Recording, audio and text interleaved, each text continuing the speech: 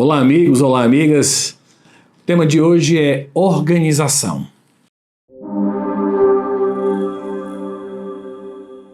Uma das competências fundamentais, uma das obrigações, uma das tarefas, uma das atividades fundamentais de um líder, de um gestor, é organizar. Organizar os processos, organizar os recursos, organizar a forma como o trabalho é feito, como os processos são sequenciados e o resultado é apresentado. Entretanto, a organização começa com a organização pessoal, a organização do indivíduo. Uma pessoa desorganizada, dificilmente ela consegue estabelecer uma organização estrutural, uma organização dentro da empresa, dentro do negócio, dentro da secretaria, dentro do setor, dentro da repartição. Então, o que a gente vai discutir hoje é exatamente como nós podemos estabelecer um modelo de organização que possa ser útil para nós e para a nossa equipe. É fundamental que eu tenha registrado todos as minhas pendências, os meus objetivos, as coisas que eu tenho a fazer, as coisas que eu quero fazer, as coisas que eu desejo fazer. E é fundamental também que eu tenha uma agenda com os compromissos, com aquilo com reuniões, com cursos, com seminários, com assembleias. Então, tudo isso precisa estar registrado em alguma ferramenta. Pode ser uma ferramenta eletrônica e pode ser uma ferramenta mecânica, uma ferramenta à base de papel e caneta. Não tem problema nenhum. Tanto um quanto o outro funcionam muito bem. Agora, é fundamental que você tenha uma agenda com os compromissos registrados, planejados, que você atualize isso o tempo todo, toda vez que tiver um novo compromisso, que você coloque nessa agenda. E também o to-do list, ou seja, a lista de coisas a fazer. A lista das coisas que você tem prazos, que você tem compromisso, ou mesmo que você deseja fazer, que você acha importante fazer. Então, essa é a base em cima da qual qualquer organização do trabalho funciona. No módulo Gestão do Tempo, nós vimos a questão do como estabelecer prioridades. E eu não vou me repetir aqui, mas é importante que dentro dessas coisas que você estabeleceu que você vai fazer, é importante que você estabeleça as prioridades e aí defina o prazo para entregar cada coisa ou para concluir cada tarefa.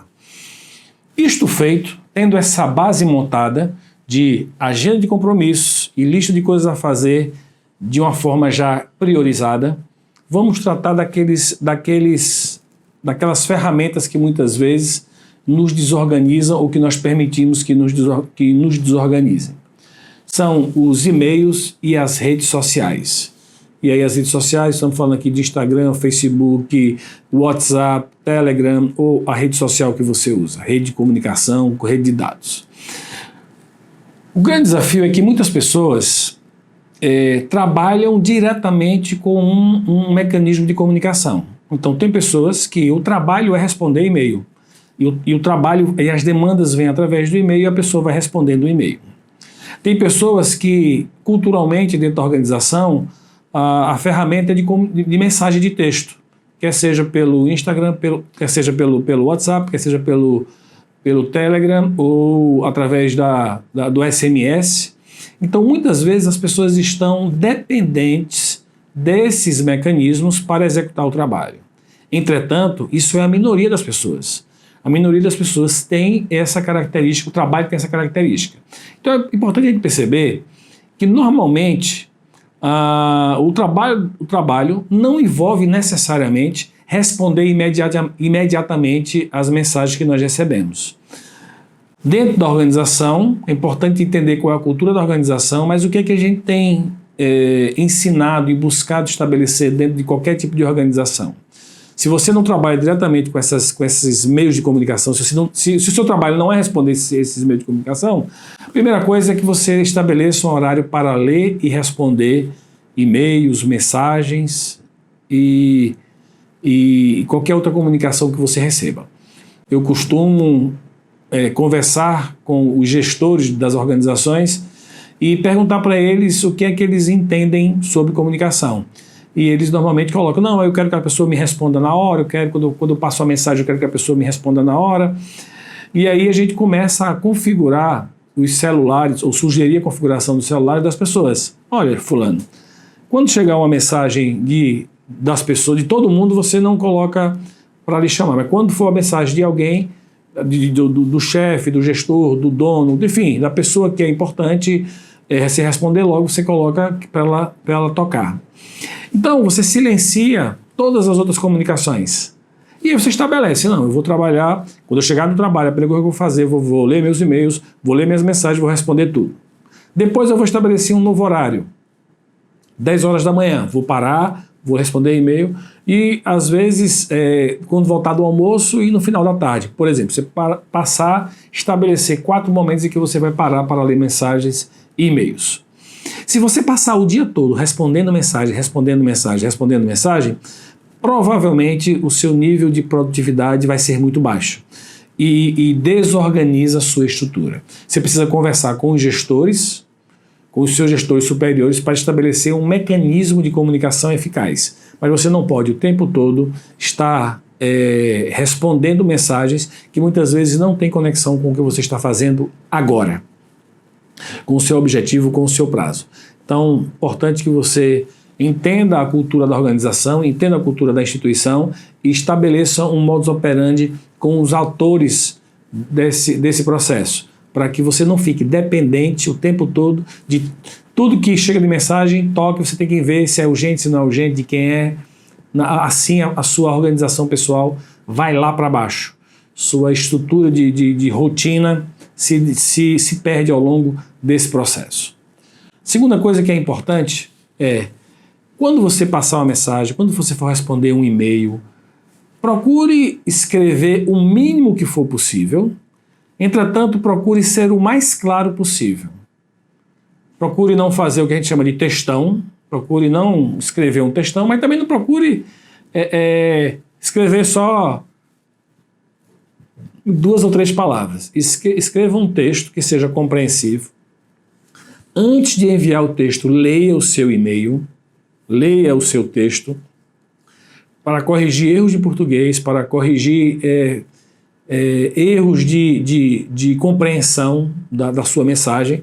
Então tenha sempre cuidado de você ler o que você escreveu antes de você enviar. Evite colocar textos enormes, e evite também enviar textos muito simples, que permitem a pessoa especular o que é que você quis dizer. Procure também separar as mensagens de e-mail, tanto de mensagem, o que é pessoal e o que é profissional. Eu recomendo sempre que você, em primeiro lugar, tenha 2 e-mails distintos, um profissional e um pessoal, e que você não misture as 2 coisas na mesma caixa de entrada, porque senão você começa a não saber mais o nível de prioridade que você deve dar para cada assunto. Então, separa o que é pessoal de um lado, o que é profissional do outro, e aí no momento do expediente, no momento que você está trabalhando, é o profissional que deve prevalecer, e em outros momentos você acessar os e-mails pessoais. Tenha sempre 2 e-mails e utilize-os de forma alternada nos momentos adequados. Quarta sugestão. Você recebe um monte de e-mails, propaganda, convites, etc e tal. E você vai lá colocando, bloqueando, você vai excluindo e bloqueando.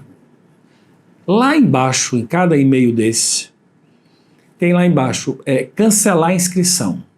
Todos os e-mails que são disparados por um mecanismo de envio simultâneo de e-mails, tem lá, cancelar a inscrição. Eu sei que enche um pouquinho o juízo da gente, mas vai lá, cancela a inscrição, pede a exclusão, confirma a exclusão. Às vezes ele pede o motivo da exclusão, você bota lá qualquer coisa, porque o que você quer na verdade é sair daquela lista de transmissão. Então você pede a exclusão e sai daquela lista. E você não recebe mais e-mails, mensagens daquela lista, no caso especificamente de e-mails. Você não recebe mais mensagem daquele remetente ou sobre aquele assunto, dependendo do que você pedir para excluir. Isso faz com que você receba muito menos e-mails. Se você não conseguir isso, não tiver tempo, pelo menos bloqueie o remetente para já cair direto na sua caixa de spam. Então já bloqueie o remetente para que você não receba esses e-mails.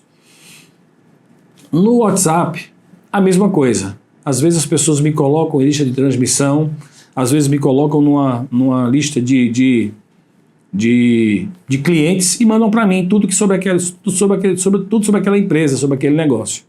E eu não raras vezes, semana passada aconteceu isso, eu sou cliente de uma empresa que eu compro 3 produtos.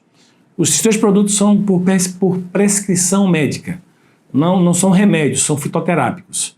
E toda vez que chega um produto novo lá, a pessoa manda para mim, chegou isso, chegou aquilo outro. Aí eu passei, depois de algum tempo que eu vi que estava tendo essa tendência de me mandar mensagem toda semana, eu disse, olha, me interesso muito sobre os produtos tais, que são os únicos que eu consumo. Qualquer informação sobre esses produtos pode me passar. Qualquer informação sobre qualquer outro produto, por favor, não me passe, que não me interessa.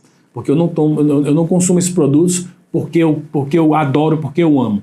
Eu tomo por prescrição, eu consumo esses produtos por prescrição médica, ok? Então a pessoa entendeu lá e realmente parou de me enviar mensagens que não tinham nada a ver com o meu negócio, com aquilo que eu estou buscando, com o meu relacionamento com aquela organização. Então, peça exclusão do banco de dados, sinalize o que você está realmente querendo e bloqueie os telefones. Eu sou aposentado pelo INSS, então toda semana, especialmente no começo do mês, eu recebi assim umas 30 ligações por dia me oferecendo empréstimo consignado. Logo eu, que sou uma pessoa muito bem organizada financeiramente, me oferecer alguma coisa que seja empréstimo, para mim isso soa quase como um xingamento, ok? E aí eu fui informando as pessoas que me tirassem da lista, que eu não queria, mas eles não fazem isso, eles no outro mês ligam de novo. Aí eu tomei 2 providências. Uma foi bloquear realmente os telefones que me ligam. Ainda uma vez por mês, 1 ou 2 pessoas me ligam, eu vou lá e bloqueio. E eu inscrevi todos os meus números, tanto o fixo quanto o celular, numa lista chamada Não Perturbe do governo federal. Você entra nesse site e diz lá quais são os números que você quer que não liguem e você classifica o que é que você não quer receber ligação. É sobre produtos, é sobre internet, sobre TV a cabo, sobre telefonia. Então você vai lá escolhendo. Não me ligue sobre esses temas. Você já pode imaginar que eu bloqueei todos os temas. Não pode ligar para mim para nenhuma situação. E se me ligarem, eu posso entrar com um processo de perturbação perturbação da paz, perturbação da privacidade, alguma coisa disso, contra essas empresas. Então, toda vez que me ligam, eu digo, meu telefone está no Não Perturbe, por gentileza, não volta a me ligar. Então, realmente, esse mecanismo funcionou muito bem para mim. Resolveu 100%? Não, mas resolveu 95%. Então, é uma ferramenta que você também pode usar o Não Perturbe. Entra lá no site e cadastra os números que você quiser no Não Perturbe. Então, também é uma forma de você excluir o seu nome, o seu número dos bancos de dados. Saia dos grupos que você não lê as mensagens. Então, até pela minha função de consultor, imagina a quantidade de instituições que eu faço parte. Eu faço parte da Associação Brasileira de Consultores, eu faço parte da BRH, Associação Brasileira de Recursos Humanos, eu faço parte de vários grupos de estudo, vários grupos de consultores. E aí, quando eu estou num grupo que eu vejo que eu não estou mais participando, que aqueles temas não estão mais conectados com a minha realidade, eu peço licença, agradeço e me retiro do grupo. Porque não adianta eu estar recebendo 3, 4, 5, 10, 30 mensagens no dia que eu não vou ler. Só fica ali me perturbando o juízo. Outra coisa que é importante, eu posso fazer isso, não sei se você pode. Todas as minhas redes sociais eu não recebo notificação. Chega a mensagem, mas não apita, não faz barulho nenhum, nem fica aparecendo aquele númerozinho dizendo quantas mensagens tem, porque isso me desconcentra. E eu não posso estar me desconcentrando o tempo todo do meu trabalho. Às vezes eu estou num cliente, fazendo um trabalho com um cliente, fazendo um trabalho de consultoria, e eu não posso parar para responder uma mensagem.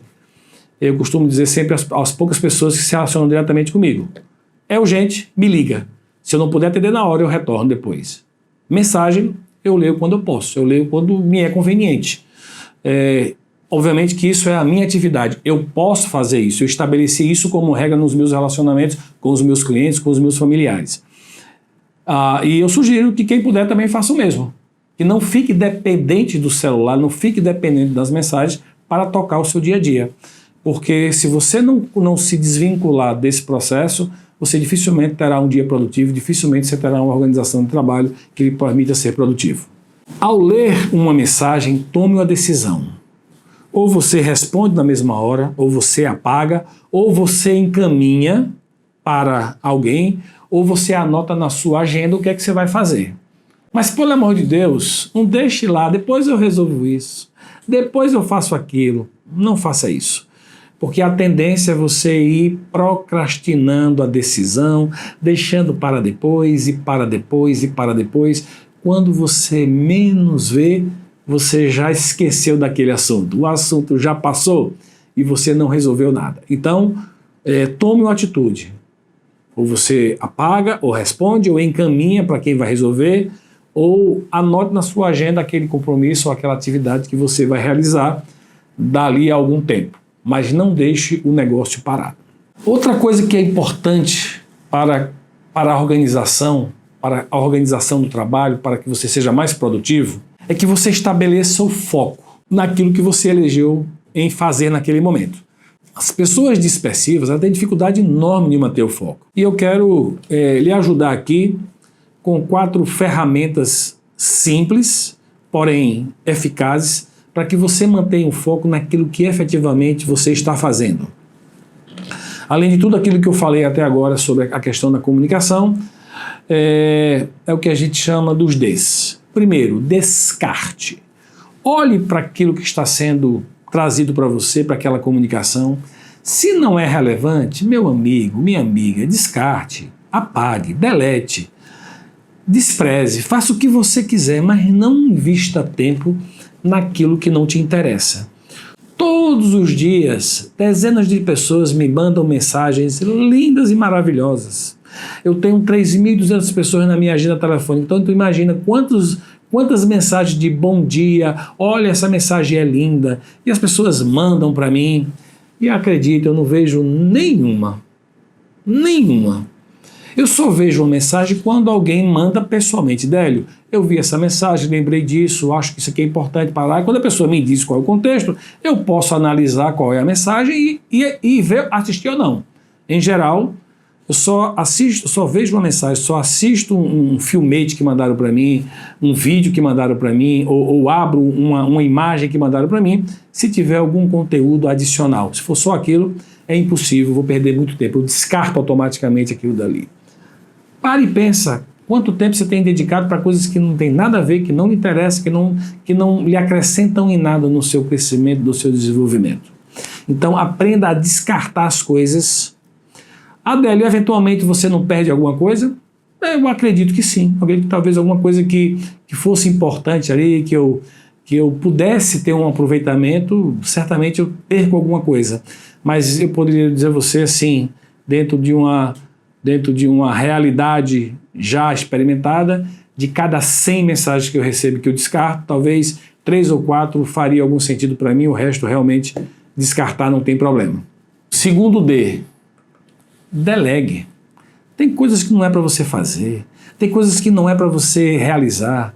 Não fique carregando nas costas coisas que não é para você, que você tem pessoas, que você tem outras pessoas que podem fazer aquilo para você, por você ou com você.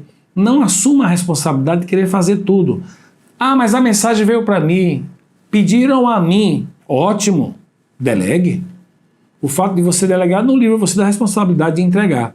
Então delegue de uma forma estruturada. Nós vamos falar um pouco mais sobre o processo de delegação ainda hoje aqui nesse nosso encontro. Então aprenda que o fato de ter sido demandado para você quer dizer que você é responsável, não é você, mas não é necessariamente você que precisa executar aquela atividade, não é você que precisa entregar aquele resultado, você precisa processar aquilo dali e assegurar que aquilo dali vai ser entregue ou vai ser processado.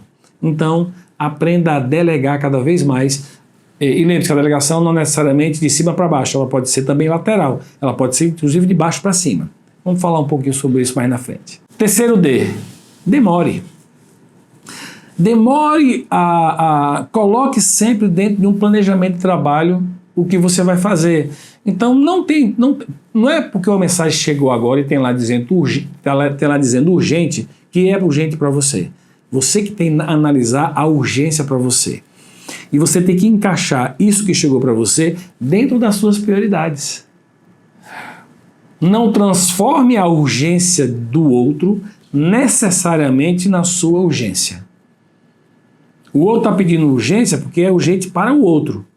Mas você também tem as suas urgências. Então você precisa encaixar a urgência do outro nas suas urgências. Então, aprenda que nem sempre é possível, é razoável você responder imediatamente a alguém só porque a pessoa colocou lá que é urgente. Porque você também tem suas urgências.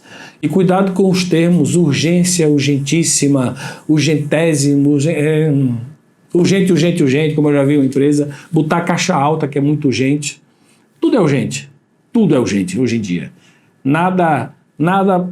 Poucas coisas podem ser deixadas para depois. Tudo a gente quer que seja feito a tempo e a hora no nosso ritmo. O terceiro D é demore. Demore a realizar aquilo que não é especificamente prioridade para você. Mas, por outro lado, o último D é dê atenção. Dê atenção àquilo que impacta o resultado, aquilo que realmente vai interferir na entrega final do resultado. Isso sim merece a sua atenção. Então, da mesma forma que você aprende a delegar, a demorar, você precisa aprender também a dar prioridade, a dar atenção, a estabelecer o foco. É aí onde deve estar o teu foco, naquilo que você precisa dar atenção, porque é importante e porque impacta o seu resultado. É assim que a gente faz a construção de um entendimento sobre como manter o foco. Muitas pessoas não conseguem manter o foco porque elas não sabem dizer não para as pessoas. Elas querem sempre dizer sim, sempre dizer sim. E quando elas dizem não, as pessoas não aceitam, as pessoas ficam tristes, ficam magoadas. E muitas vezes a pessoa não diz não ou não sabe dizer não porque ela não sabe qual é a técnica de dizer não. Existem várias técnicas que você pode usar para dizer não e eu quero compartilhar aquela que eu considero a mais eficiente, a que gera melhor resultado com menos danos ao relacionamento. É uma técnica que chama técnica de dizer não, tá? E quando vier uma demanda para você, quando alguém pedir alguma coisa para você, você deve primeiro pergunte-se, isso que está sendo pedido, isso que está sendo solicitado no momento, me ajuda a atingir meus objetivos? Contribui para a construção do meu resultado, ou do nosso resultado, do resultado da equipe?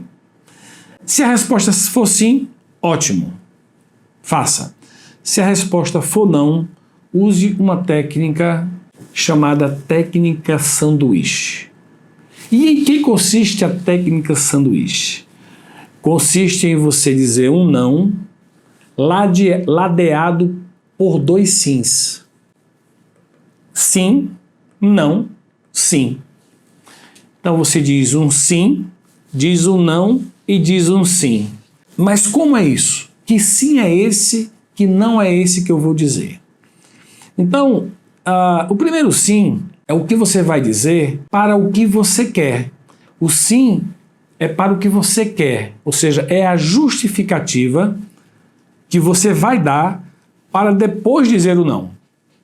É o inverso do que normalmente nós fazemos no dia a dia. Quando alguém nos pede alguma coisa, a gente diz, não posso fazer não por causa disso. O que eu estou sugerindo nesse momento é que você simplesmente invirta o processo. Primeiro você diz o que você está fazendo, o porquê você não vai atender, e depois você diz o não. Não, é por isso que eu não posso atender. Então vamos lá. Você me pede para lhe dar uma carona para a tua casa. E eu disse, rapaz, hoje não dá não, porque eu tenho que ir visitar minha mãe. Ok? Esse é a resposta comum, usualmente, que a gente dá. O que eu estou propondo é que você inverta a resposta. Cara, hoje eu vou visitar minha mãe, vírgula. É por isso que eu não posso te dar uma carona hoje. Ok? Você inverta o processo. Amigo, você pode me entregar esse relatório hoje, antes da hora do almoço? Você fala, olha, hoje você falaria, no estado normal você falaria, cara, eu estou muito ocupado hoje, tem muita coisa para entregar e por isso que eu não consegui entregar o relatório hoje. Okay? Minha solução é que você faça exatamente isso. Primeiro você justifique e depois você diga o não. Na situação normal seria, não, dá não, por causa disso, disso, disso. Não, ao contrário. Por causa disso, disso, disso, vírgula. Por isso que eu não posso te entregar hoje. Ok? Essa é a primeira etapa. A primeira etapa é simples. É só você pegar como é que as pessoas normalmente fazem hoje e inverter. Primeiro justifica. Hoje você primeiro diz não, depois justifica. O que eu quero é que você primeiro justifique e depois diga não. Ok? E a terceira etapa, essa sim, é a etapa na qual você diz uma alternativa. Eu estou muito ocupado hoje, por isso que eu não posso te entregar o relatório agora de manhã. Mas se você quiser, eu posso te entregar à tarde, antes do final do expediente. Você dá uma alternativa à pessoa. Cara, eu vou visitar minha mãe hoje, por isso que eu não posso dar uma carona. Mas se você quiser, amanhã eu posso te levar. Eu posso te dar uma carona. Ok? Então você dá uma alternativa para a pessoa. Hoje eu vou visitar minha mãe, por isso eu não posso dar uma carona hoje, mas conversa com fulano e tal, que ele normalmente vai para aquele lado que você vai. Alternativa. Eu estou muito ocupado hoje, por isso que eu não posso entregar o relatório até meio-dia, mas busca a ajuda de fulano ou Beltrano, que talvez ele possa te ajudar a conseguir esse relatório. Ok? Ou pede a fulano, a ciclano, te ensinar como é que faz, que é bem fácil fazer esse relatório. Ou seja, eu sempre dou ao outro uma alternativa. Então, essa técnica é fundamental para que você estabeleça um bom relacionamento quando você disser não. Vai resolver os problemas? Não, você vai continuar dizendo sim, não para as pessoas, mas você vai, as pessoas vão se sentir acolhidas por você, mesmo você dizer não. Quando você diz não e não tem uma complementação, as pessoas ficam desassistidas, desamparadas por você. Então use essa técnica e perceba como ela vai ajudar nos relacionamentos e as pessoas vão receber muito melhor o seu não. Uma outra coisa que me chama a atenção dentro da questão da organização é como as pessoas e as instituições fazem reuniões absolutamente improdutivas. Perde-se muito tempo nas reuniões, convida um monte de gente, o pessoal fica calado, muita gente fala, outros dormem, outros ficam lá respondendo mensagem. É uma coisa que me impressiona muito ainda hoje dentro das organizações, dentro das instituições do poder privado e do poder público. O que a gente sugere sempre para reuniões? Em primeiro lugar, esse negócio de reunião é agora, é urgente, isso é um desastre, porque ela desestrutura toda a organização do trabalho. Então, se você vai fazer uma reunião, estabeleça qual é a pauta da reunião e divulgue com antecedência. No mínimo de 24 horas, que a pessoa um dia antes já sabe o que vai ser discutido na reunião. Porque senão, às vezes, a pessoa chega lá, é uma reunião, às vezes não diz nem qual é o tema, mas às vezes dizem que é o tema, mas não diz o que é que cada um vai participar. Aí chega lá, no meio da reunião, diz, e você, fulano? Pô, o fulano não sabia que ele ia ter que falar, ele não sabia que ia ter uma parte dele, ele não sabia, e aí tá bom, eu não trouxe os dados, eu preciso levantar os dados, ou então fica lá no information, fica ali falando coisas que não dizem nada, que só enchendo linguiça. Por quê? Porque ele não se preparou para a reunião. E por que não se preparou para a reunião? Porque a pessoa que organizou a reunião não passou a pauta da reunião para os participantes. Então, defina a pauta e divulgue com a antecedência. Lembre-se que toda reunião tem dia, hora para começar e hora para terminar. Cuidado com as questões de horário. Convide apenas as pessoas necessárias. Não, eu quero também convidar fulano. Não, eu quero convidar fulano. Não, eu quero convidar... E quando você vê, você tem 15, 20 pessoas numa reunião. Se é reunião realmente de trabalho, uma coisa é eu chamar pessoas para eu prestar conta de alguma coisa, para eu passar uma informação. Isso não é reunião. Isso é um comunicado que eu quero fazer. Você pode chamar ali quantas pessoas vocês quiserem, até 1000 pessoas, não tem problema nenhum. Mas reunião, a gente chama reunião uma união de pessoas que vão tratar de um tema comum, na qual todo mundo tem uma contribuição para dar sobre aquele tema. Então, uma reunião razoável deve ter no máximo 8 pessoas. Acompanhe comigo. Se cada uma das 8 pessoas falar só durante 5 minutos, você já tem 40 minutos de reunião. Mais 5 minutos para fechar, mais 5 minutos para abrir, mais 5 minutos para fechar, e nós temos 50 minutos de reunião, um tempo ótimo para uma reunião. 40 a 50 minutos. Então, cuidado para você não fazer reunião com 15, 20, 40 pessoas. Não é reunião. As pessoas não têm condições de interagir com 40 pessoas. Mais uma vez, a não ser que a intenção seja outra. Não de reunir, mas de passar um comunicado, de estabelecer determinados parâmetros. Terceiro, comece e termine na hora prevista. Mas, Délio, e se não acabar a pauta? Acabe mesmo assim. Respeite a organização dos outros. Comece na hora. Ah, vamos aqui dar 15 minutos de tolerância. Não. Está marcado para as 2 horas, comece às 2 horas com qualquer número de presentes. Se a pessoa chegou atrasada e perdeu um tema da pauta, paciência. Da próxima vez ela vai saber que comigo funciona assim. Eu começo na hora e termino na hora. Chegou no horário atrasado, no horário combinado de terminar, termine. Mesmo que não tenha acabado toda a pauta. Por que isso? É em sinal de respeito. As pessoas têm, todo mundo tem responsabilidades. E se você disse que a reunião era de 2 às 3, cumpra de 2 às 3. Lembre-se, gente. Reunião é para durar 40 minutos a 1 hora. Reunião de 2 horas, de 3 horas, não é reunião. É um workshop. É outra coisa. Qual é o objetivo da reunião? Se no objetivo não for unir pessoas para tratar de um tema no qual todos têm alguma coisa a contribuir, não é reunião, chama de outro nome.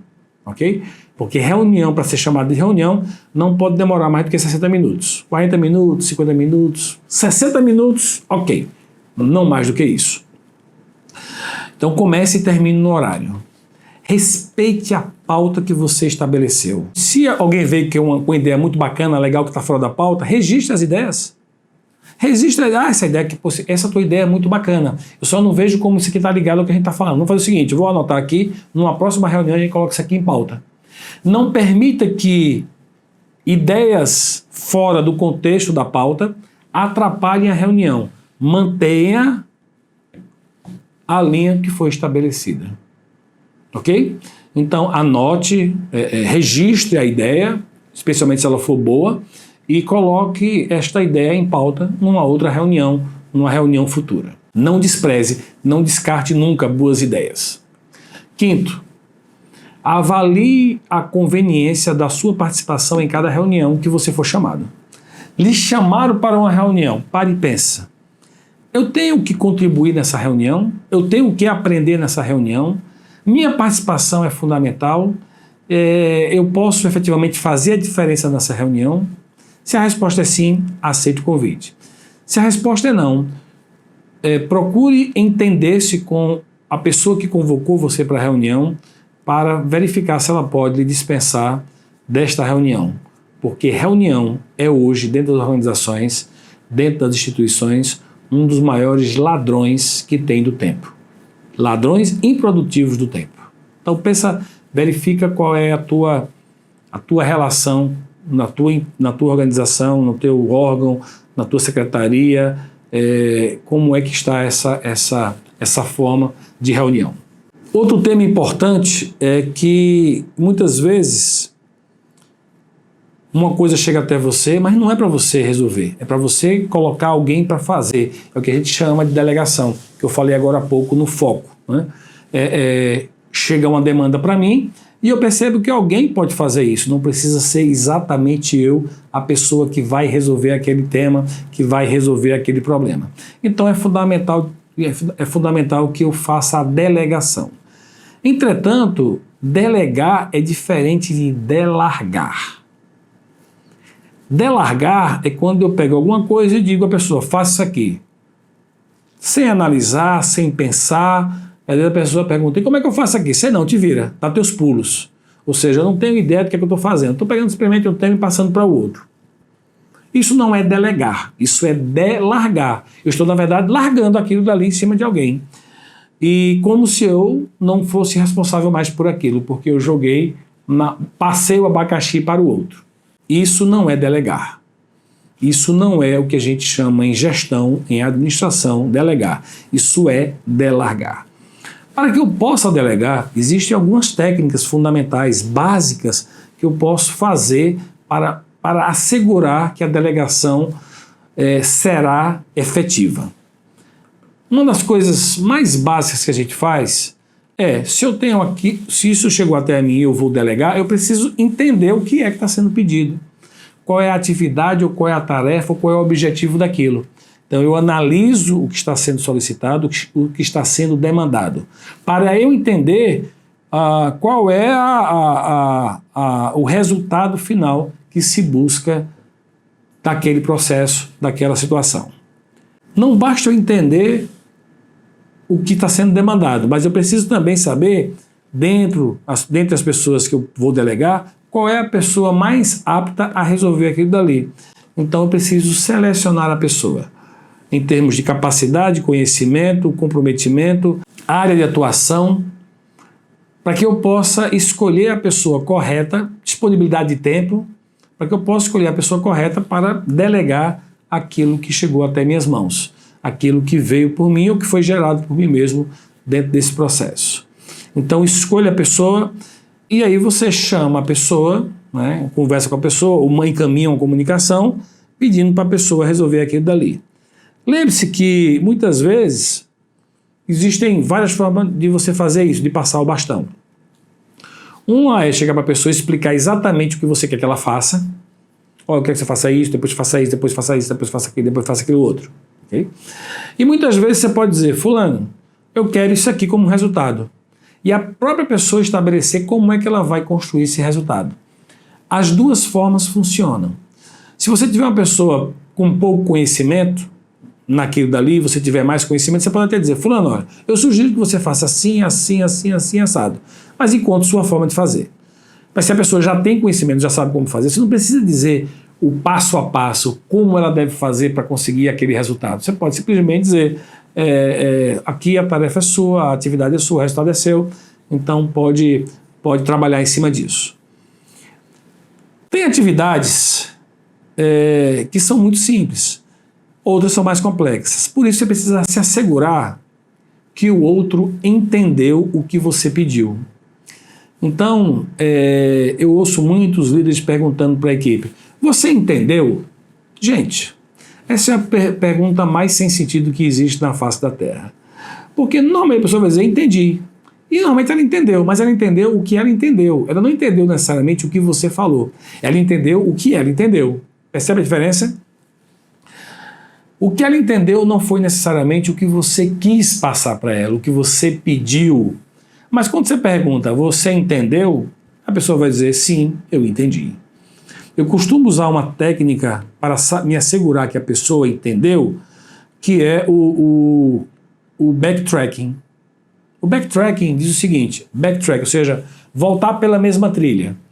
Eu pergunto à pessoa, eu peço à pessoa, você pode me explicar o que você entendeu para eu me assegurar que eu fui claro? Não é perguntar se a pessoa entendeu, ou então, de uma forma grosseira, perguntar, me diga o que foi que você entendeu. Não é assim, tá? Eu normalmente falo, fulano, para eu me assegurar que eu me comuniquei bem com você, você pode me explicar o que foi que você entendeu do que eu demandei para você agora? E a pessoa vai me explicar, e eu vou fazer os ajustes, ou não, necessários para que a nossa comunicação seja a melhor possível. Então assegure-se que a pessoa realmente entendeu o que você pediu, o que você demandou. E a pergunta que não vale é, você entendeu? Isso não vale como checagem, como para assegurar que a pessoa realmente entendeu. Quinto passo, acompanhe a entrega do resultado. Se é uma coisa que a pessoa vai te entregar daqui a 2 meses, daqui a 3 meses, daqui a 1 semana, estabeleça momentos de checagem. Então vamos lá, você está vendo, combinei com você que você vai me entregar daqui a 1 semana. Eu digo para você, então, beleza, você me entrega daqui a 1 semana, mas daqui a 3 dias eu quero conversar com você para você me dizer como é que está o andamento da solução disso. E que tal, dia tal, às 4 horas da tarde, nós nos reunimos para você me dizer como é que está o andamento disso. Para você acompanhar, para você no final, não saber só no final. Então, tem situações que é importante que você acompanhe, faça ponto de checagem, faça ponto de aferição para ver se realmente a pessoa está indo no caminho de encontrar a solução. É muito comum, às vezes, um gestor pedir alguma coisa a alguém e alguém faz uma coisa muito, muito, muito maior do que você pediu. Muito maior. Perdeu tempo. E às vezes a pessoa faz uma coisa menor, de uma qualidade inferior, de uma profundidade menor, mais simples, que não é isso que você está precisando. Então, não só entender o que você quer, mas também entender o nível de profundidade daquele tema, daquele assunto, daquilo que está sendo demandado para ele, de forma adequada. E finalmente, quando finalizar o processo, ofereça o feedback. Faça uma avaliação de como foi todo o processo, o que foi que a pessoa aprendeu, qual é o aprendizado que fica, qual é a lição que fica, o que é que fica de bom em todo esse processo.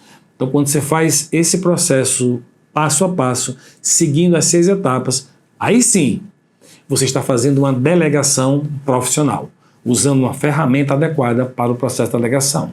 Cuidado, porque hoje em dia o que existe na rotina da gestão é delargação.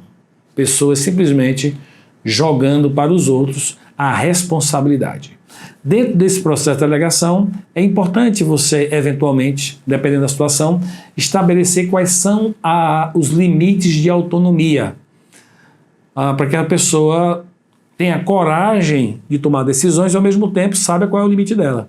Então, se dentro desse processo tem orçamento, tem valores, defina qual é o orçamento.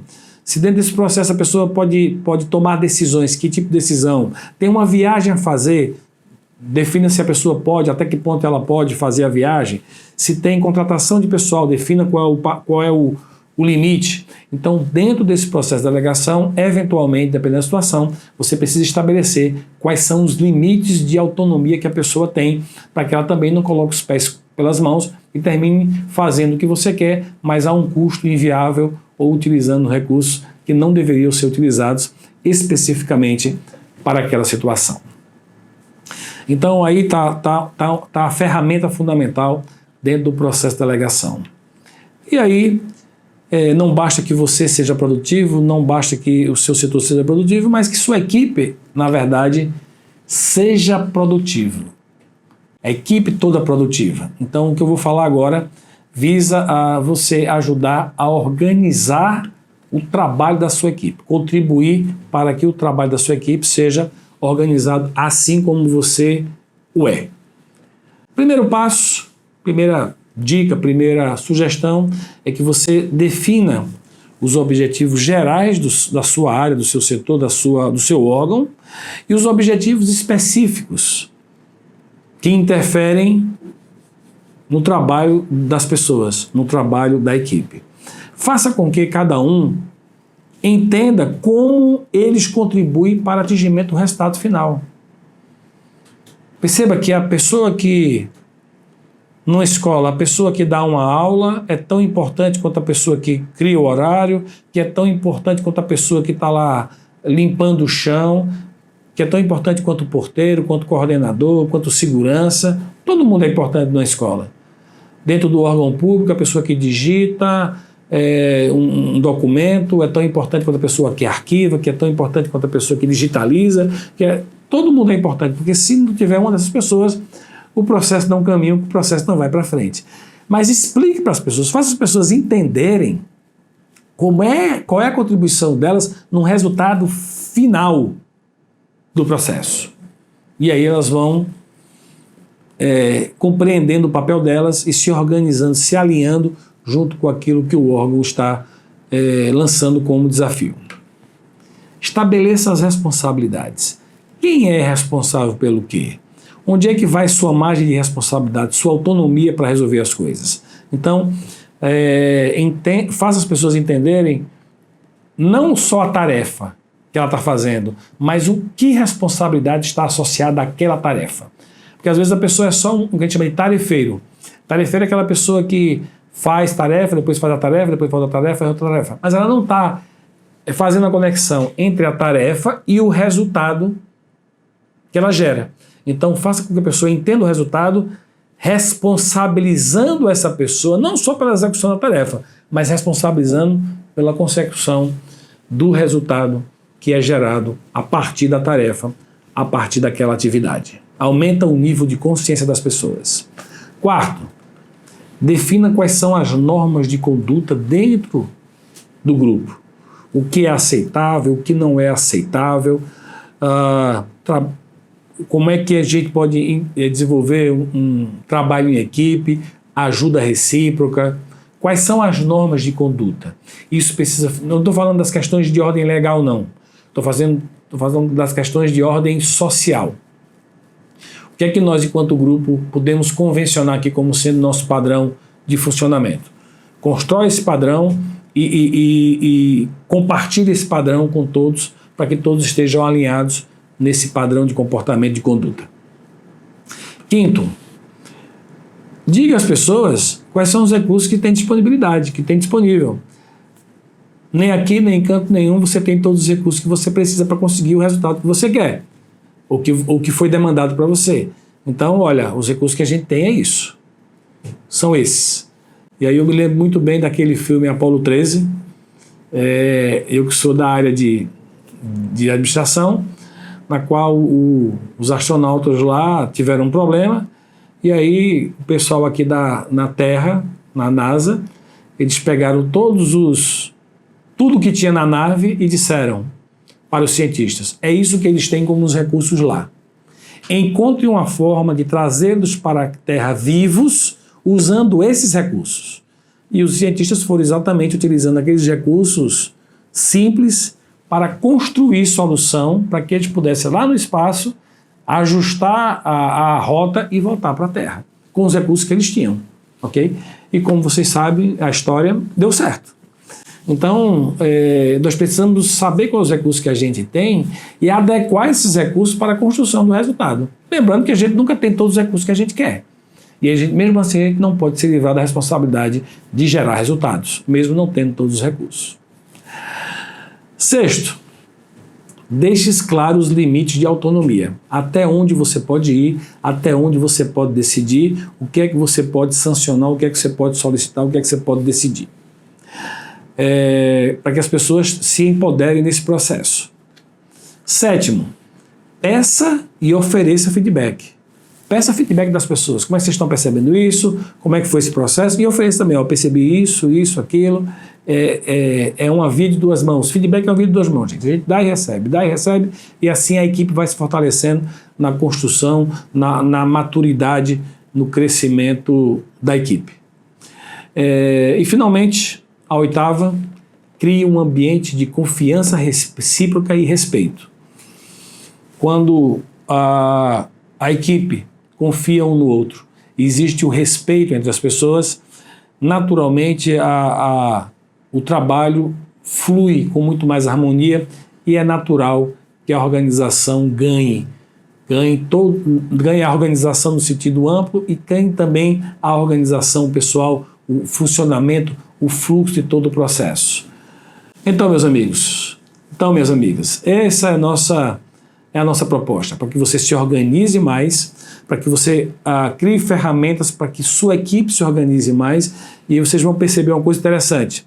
As pessoas vão trabalhar mais motivadas, mais estruturadas, mais conscientes, e isso gera uma cadeia que se realimenta dela mesma, e quando você vê, você e sua equipe estará gerando resultados que você nunca jamais imaginou.